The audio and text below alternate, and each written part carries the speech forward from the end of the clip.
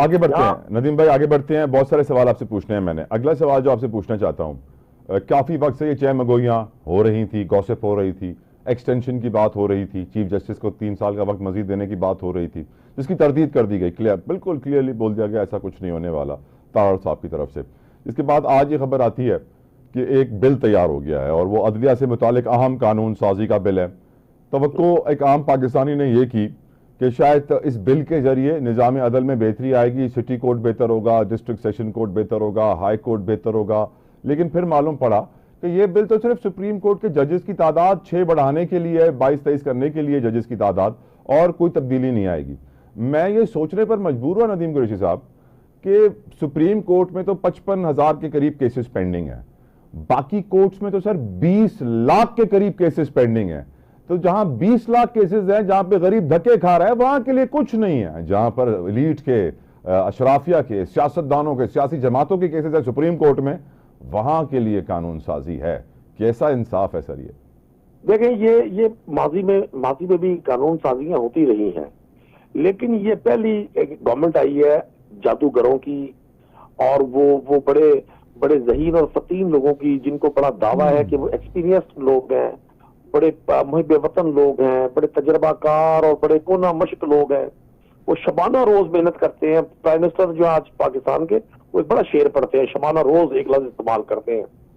تو ان کو جب یہ ان کے ماتھے پر لکھا جائے گا کہ جتنی پرسنل اسپیسیفک، ایشو اسپیسیفک اور ایونٹ اسپیسیفک قانون سازیاں ان لوگوں کے حصے میں آئی ہیں، کسی جماعت نے یہ کام نہیں کیے. یہ میں ذاتی طور پہ کامن پاکستانی کی حیثیت سے سمجھتا ہوں یہ ہمارے نظام عدل کو مزید کمزور کیا جائے گا.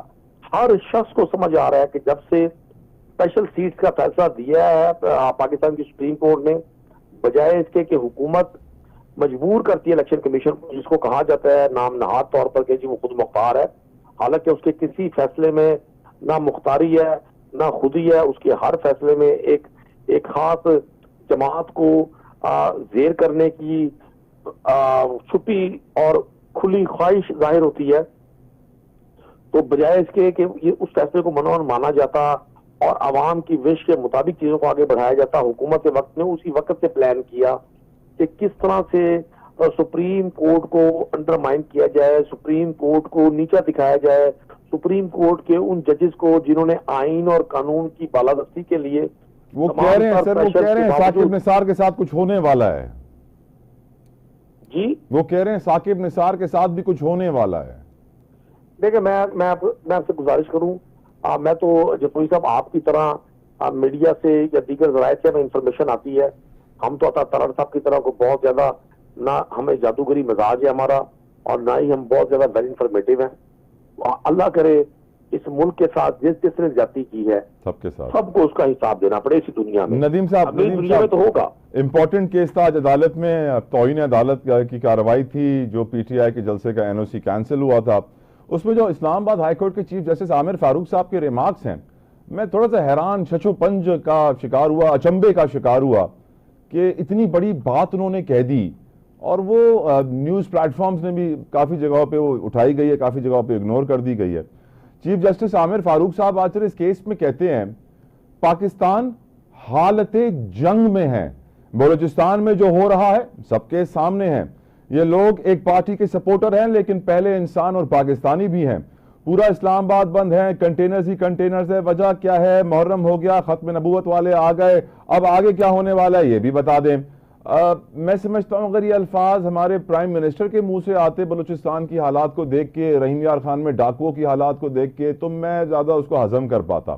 پر ہماری عدلیہ کی طرف سے یہ بات آنا، وہ بھی اسلام آباد کے چیف جسٹس کی طرف سے، کہ پاکستان حالت جنگ میں ہے، it's a very huge statement سر.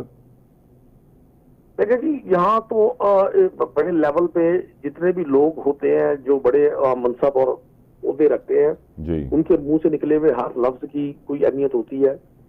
یہ سارا سینیریو جو آج کے حکمرانوں نے پلان کیا ہوا ہے آنے والے 3-4-6 ماہ کا، یہ اسٹیٹمنٹ بھی کم و بیش اسی سارے ماحول کی عکاسی کے لیے کافی ہے. لیکن میں سمجھتا ہوں کہ قانون اور آئین کی بالادستی وہ واحد راستہ ہے جو ہمیں ان سارے حالات سے